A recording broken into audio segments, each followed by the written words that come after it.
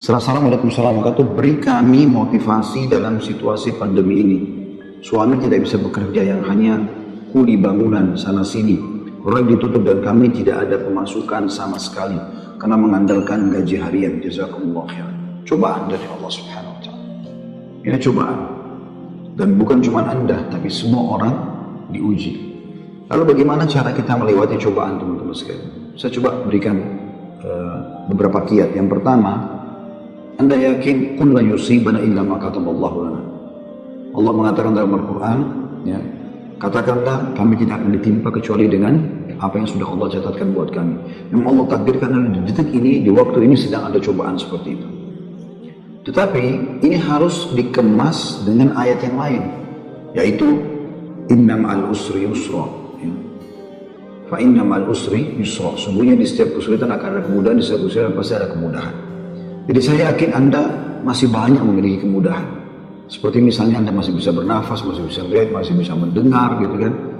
Dan Allahu alam, mungkin Anda juga sampai hari ini 8 hari Ramadan Anda masih bisa ya, hidup, puasa, makan dan seterusnya. Tapi mungkin kekurangan karena pendapatan yang biasa rutin datang ini sudah nggak ada. Mungkin juga Allah Subhanahu wa taala menggerakkan beberapa hamba-hambanya yang memenuhi kebutuhan Anda. Teman-teman, coba bergantung kepada Allah Sang Pencipta dan jangan ragu tentang masalah itu. Bergantung kepada Allah Subhanahu wa taala. Saya ingin berbagi sebuah kisah. Dan itu sebuah kisah seseorang yang sangat susah hidupnya. Dari orang-orang kisah klasik dulu tentunya. Dia sangat susah sekali hidupnya. Dan saking susahnya sampai dia bilang, dia ceritakan dirinya, saya cuma hidup dari pendapatan harian saya. Dia bilang satu waktu saya keluar ingin mencari rezeki. Pada hari itu betul-betul tidak ada sumber rezeki. Kenapa yang saya dapat hari itu yang dipakai makan gitu. Dia bilang saya sudah keliling sana saya tidak ada makanan. Dan sampai saya tidak pulang ke rumah sampai di awal malam selepas isya lebih. Istri sama anak saya sudah menunggu. Kemudian saya pun pulang ke rumah. Begitu pulang ke rumah, dibuka pintu, disambutlah oleh anak dan istri dengan harapan selain menemui saya juga mereka berharap bisa ada makanan dan minuman seperti biasa. Tapi karena istri saya melihat di tangan saya tidak ada sama sekali bekal apa-apa, maka saya pun duduk, kemudian diberikan air putih, lalu dia bertanya, apa hari ini nggak ada bekal makanan? Lalu saya menjawab, sama sekali saya nggak temukan pekerjaan. Saya tidak tahu harus mencari di mana lagi. Lalu kata istrinya, lalu apakah kita harus tidur dalam kondisi kelaparan? Saya sama anak-anak betul-betul belum makan sama sekali dari pagi itu. Maka kata dia, baik, saya istirahat sejenak, baru saya akan keluar cari rezeki lagi. Mudah-mudahan malam ini Allah berikan kepada kita. Kata istrinya, baiklah kalau gitu. Subhanallah, tanpa mengenal letih, laki-laki yang soleh ini dia keluar dari rumahnya. Dan waktu dia keluar, sudah masuk, kalau kita sekarang jam 12 malam. Zaman dulu, belum ada lampu kayak kita sekarang. Mungkin di jam 10 malam aja kalau kita sekarang itu sudah, zaman dulu orang sudah tidur semua. Gelap. Maka dia pun jalan, dia tidak tahu mau kemana sambil dia berdoa kepada Allah SWT, ya Allah, kemana langkah kakiku ini? Aku sendiri belum makan seharian, anak istriku juga belum makan. Berikanlah kami rezeki. Sambil berjalan, dia bilang mata saya tiba-tiba melihat sebuah masjid. Di sekitar rumahnya, tidak ada dari rumahnya. Gelap, nggak ada lampu kan, sama dulu belum ada lampu, orang pakai sumbu, pakai minyak, dinyalakan, kemudian baru terang, itu pun sangat kecil penerangan sebagaimana kita tahu kalau pakai sumbu. Maka dia coba nyalakan api, menyala, kemudian dia wudhu, dia sholat, dia tidak tahu harus buat apa lagi. Mulai ada sholat, habis sholat dia berdoa kepada Allah Subhanahu wa taala supaya dimudahkan, dikasih rezeki, dikasih segala macam, dan dikeluarkan dari masalah kemiskinan ini. Setelah itu, subhanallah, terjadi pada malam itu, penguasa di wilayah itu, kalau kita bisa bahasakan rajanya, gelisah, nggak bisa tidur. Dan seperti orang ketakutan akan meninggal dunia. Hatinya terdorong untuk bersedekah. Maka dia mengambil beberapa kantong isinya emas. Lalu dibawa sama dia, dan dia bilang, ya Allah, hatiku sangat gelisah, aku takut meninggal sementara aku masih belum memiliki bekal yang cukup bertemu denganmu. Maka izinkanlah hambamu ini bersedekah di jalanmu. Dia bawa berapa banyak karung yang dia bisa bawa, karung-karung kecil, bungkusan emas semuanya. Dia naik kuda dan dia mengatakan, ya Allah, dan aku minta petunjuk kepadamu. Aku tidak akan memegang tali kekangan kudaku ini, aku biarkan jalan. Raja tidak minta dikawal oleh siapapun. Tergerak hatinya begitu. Subhanallah, dia jalan. Subhanallah ya, Maha Suci Allah, kisah nyatanya menjelaskan kudanya berhenti di masjid yang ada orang sholat tadi yang susah itu. Dia juga heran, kudanya masuk di halaman masjid, diam di situ. Dia turun, apa ini rahasia? Kenapa Allah datangkan ke masjid ini? Dia bilang, saya masuk masjid gelap, cuma ada satu saja sumbu lampu, ya sumbu lilin. Kemudian saya mendengar seperti ada orang suara, ya, orang yang berbicara. Saya coba mendekati suara itu, ternyata orang yang sedang berdoa. Nah tadi orang yang miskin itu berdoa, ya Allah mudahkanlah rezeki, saya sudah seharian tidak makan sama anak istri saya, berikan kami rezeki, saya tidak tahu harus kemana lagi, saya mohon kepadamu. Dia orang yang lain sama Allah. Raja ini dengar, maka raja itu menegur si orang tadi miskin ini. Setelah salam, dijawab salam, dia mengatakan, si raja ini bilang, saya dengar tadi keluhanmu kepada Allah Subhanahu wa Ta'ala. Saya kebetulan bawa beberapa kantong uang emas. Saya akan berikan kepada kamu sebagai sedekah. Dan ketahuilah saya raja di wilayah ini. Saya tadi gelisah, ingin sekali keluar dan bersedekah, dan Allah tunjukkan saya ke masjid ini. Mungkin kaulah yang Allah maksudkan. Dia bilang, lalu saya akan berikan kepada kamu uang ini sebagai sedekah di jalan Allah Subhanahu wa Ta'ala antara kita berdua, dan yang ketiganya Allah. Dan saya berharap apapun yang kau butuhkan, datanglah ke istanaku setiap saat. Saya yakin Allah yang menggerakkan saya bertemu dengan kamu. Subhanallah, orang miskin ini luar biasa kalau punya keimanan. Apa yang dia bilang? Wahai Tuhan, kalau seandainya saya pun masih punya kebutuhan selain apa yang Anda akan berikan kepada saya ini, maka saya tidak akan datang minta kepada Anda. Tapi saya akan minta kepada Allah yang telah mengirim Anda datang kepada saya. Butuh kesabaran akhi dan ukhti. Yakinlah, Allah tidak akan membuat kita susah. Allah tidak ingin itu. Tapi cobaan lagi datang, lagi bukan kepada Anda sendiri. Selanjutnya juga ada seorang yang sangat tua di Mekah. Dia menaungi kurang lebih 8 orang wanita. Cuma dia sendiri laki-laki. Umurnya 60 tahun, hampir 70 tahun. Ini cerita teman-teman sekalian. At-Tabari menceritakan, karena dia bilang, saya hadir dari awal kisah ini, maka saya coba ceritakan. Dia bilang ada seseorang yang tua, miskin, di musim haji. Dia coba mencari sesuap nasi, kemudian dia tidak temukan. Lalu dia pulang ke rumahnya. Dia ditanya oleh istrinya, apakah ada makanan buat kita hari ini? Maka dia bilang, saya sudah coba tadi keliling mencari makanan buat kita buka puasa, tapi nggak ada. Kemudian dia bilang, coba saya keluar lagi. Keluarlah orang tua ini, jalan jauh dari rumahnya. Apa kira-kira yang harus dia lakukan? Dia harus kerja kemana? Sambil bermunajat kepada Allah, ya Allah berikanlah rezeki. Sampai karena dia capek, dia dulu bawa sebuah pohon. Kemudian dia sengaja tangannya dia menyentuh tanah yang ada di situ. Kemudian dia menyentuh seperti satu barang keras gitu.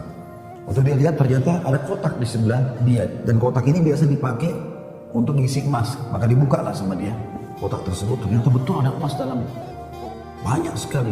Kalau saya tidak salah waktu itu 1000 keping. Ini harta yang luar biasa, nggak ada orang, di bawah pohon. Maka diambil sama dia, dibungkus dengan rapi. Pada saat itu terlintas di benaknya syaitan menggoda, kau orang miskin, kalaupun kau tidak mau mengambil semua, ambillah minimal 1 batang emas atau 1 koin dinar emas yang kau bisa infakkan untuk buka puasa keluargamu.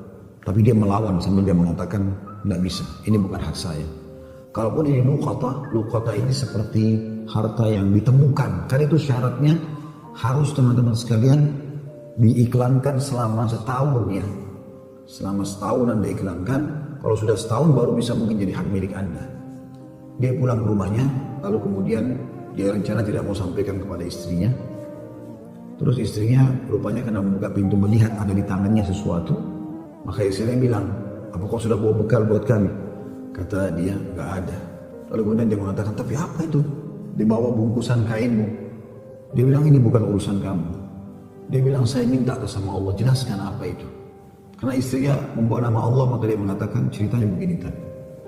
Istrinya perempuan miskin, dengar emas.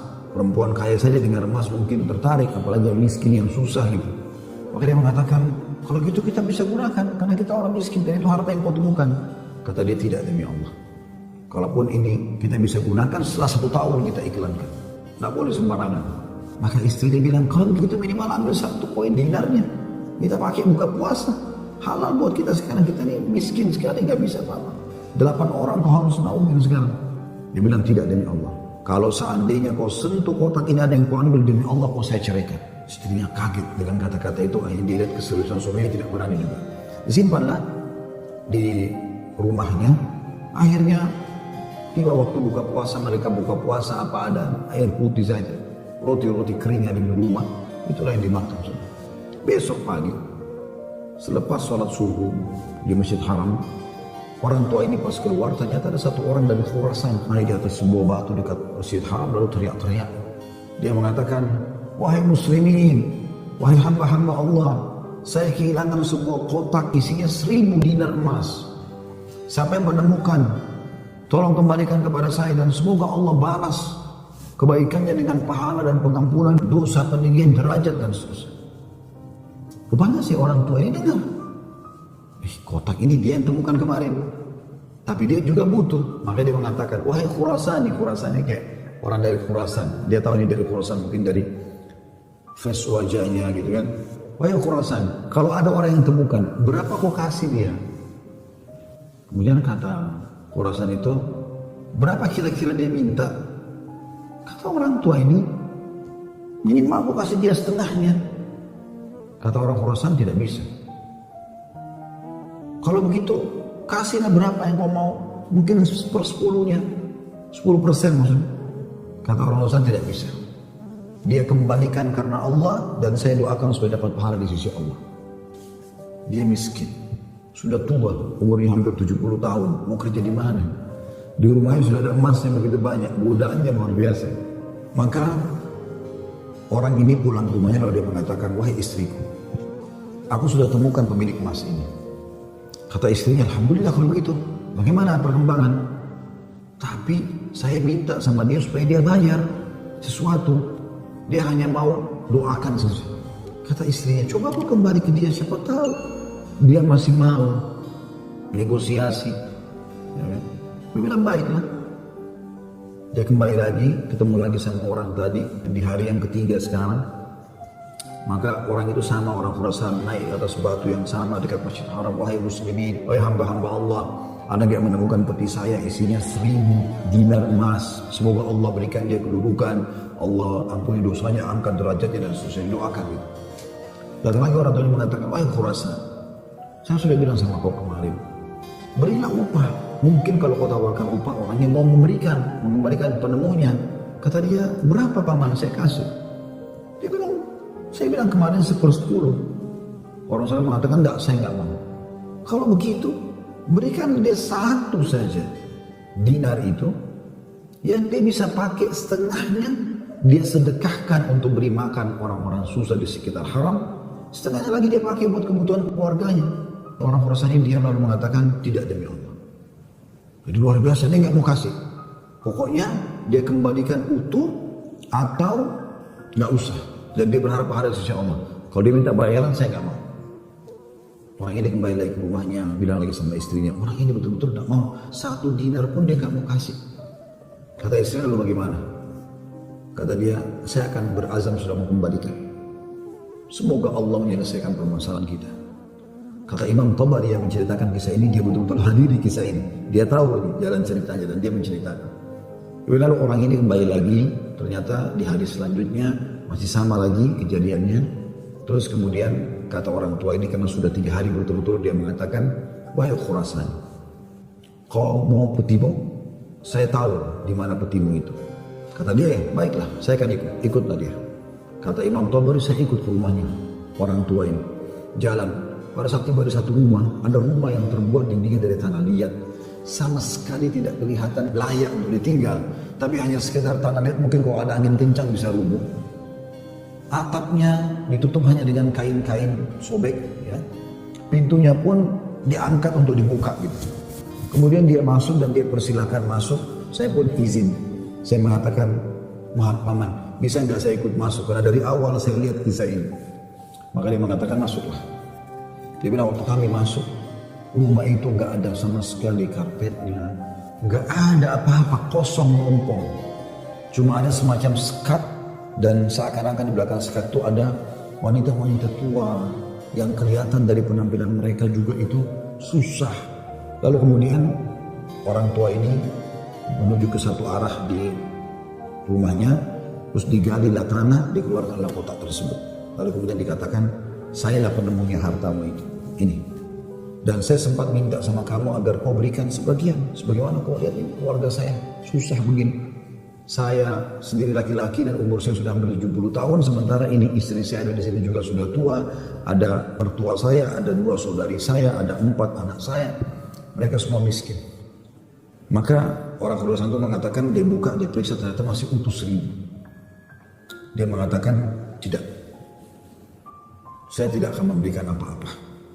Lalu kemudian dia angkat, lalu dia keluar. Saya cuma bisa doakan kamu kebaikan. Waktu dia keluar, kata Imam Tabari, semua perempuan-perempuan tadi yang tua-tua ini ada yang memang bajunya kusut, seperti orang yang menggigit jari dan kaget ada orang diberikan kembali 1000 dinar, tidak dibayar sedikit pun.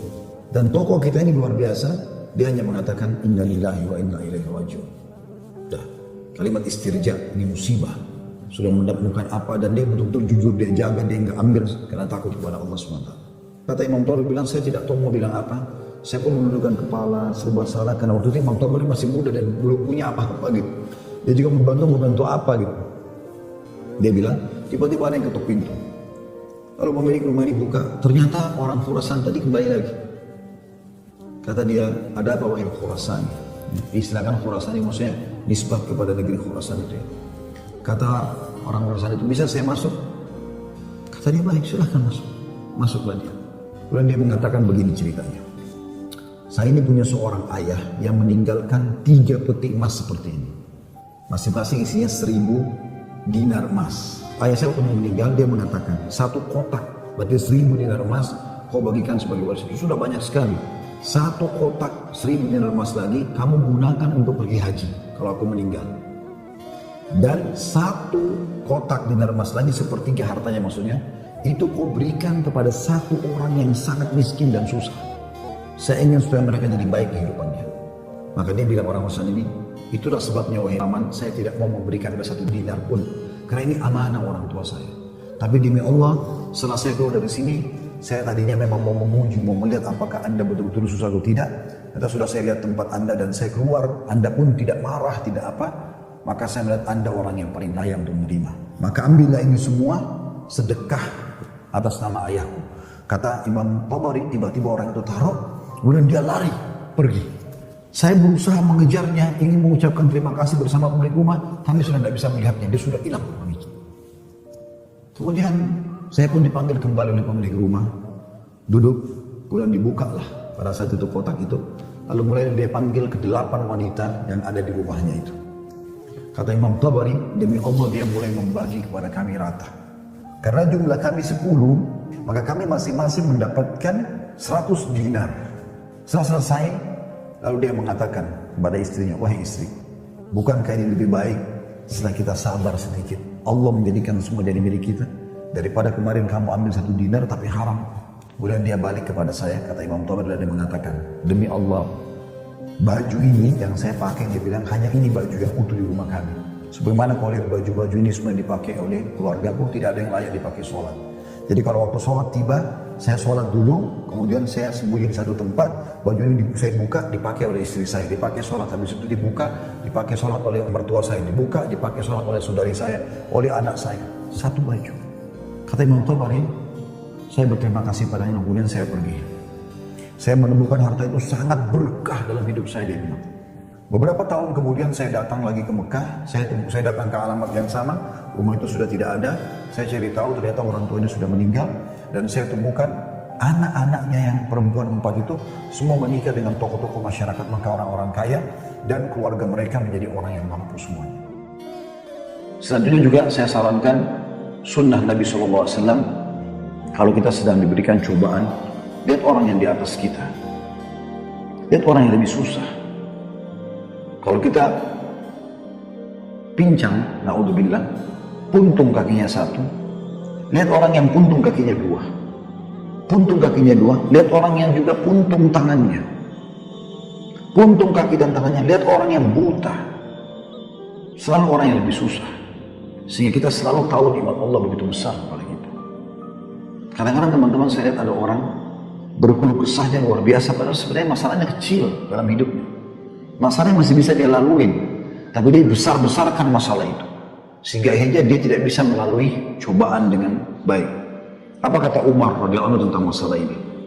Orang yang Allah berikan cobaan kepada dia, pasti Allah akan uji hamba-hambanya. Sebagaimana Allah jelaskan dalam surah Al-Baqarah ayat 155 ya, A'udzubillahi minasyaitonirrajim, wa lanabluwannakum bisyai'in minal khauf.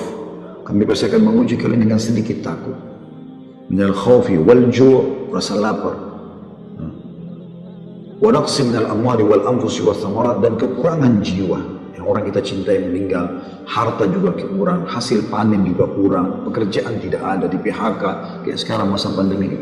Ubasyirus sabirin, dan sampaikan kepada orang-orang yang sabar.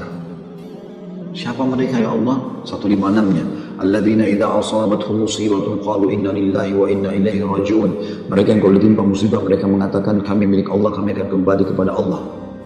Kalau Allah bilang apa? Ulaika, mereka lah, alaihim salawatun rabbihim rahmah. Mereka akan dapat ya jalan keluar dan rezeki dari Tuhan mereka. Wa ulaika humul muflihun, dan mereka adalah orang-orang yang beruntung. Betul kan? Dari sini teman-teman sekalian, Anda sabar dalam melaluinya dan lihat orang yang lebih berat. Insya Allah akan ada jalan keluar. Tidak mungkin tidak. Yang penting teman-teman, di saat kita lagi genting, terus bergerak, terus berusaha, terus ikhtiar, terus berdoa kepada Allah SWT. Saling dukung-mendukung, jangan saling menyalahkan. Jangan Anda menyalahkan suami yang mungkin lagi stres juga pengen cari kerjaan. Jangan juga suami berhenti total dari usaha. Apa saja. Mungkin rezeki Anda dan pada tetangga Anda mendengar ada rumah yang mewah, yang bagus di dekat rumah, tawarkan diri. Betul-betul masa pandemi ini saya kuli bangunan, saya nggak bisa kerja apa-apa, rumah saya di sebelah sini. Ada yang bisa saya kerjakan, bersihin kebun ke taman ke di sini, apalah ya, cuci mobil, kan bisa apa saja. Coba mungkin rezeki di situ. Siapa tahu Allah SWT gerakkan mereka orang-orang kaya tetangga Anda itu, justru mereka bisa menyiapkan buka puasa, sahur, alhamdulillah, kehidupan bisa berjalan, gitu kan? Maka Allahu a'lam, itu yang saya bisa kasih jawaban, karena saya juga merasa prihatin dengan keadaan ibu dan suami dan semua muslim yang sedang tertimpa seperti ini. Semoga Allah SWT memberikan kita semua jalan keluar yang terbaik.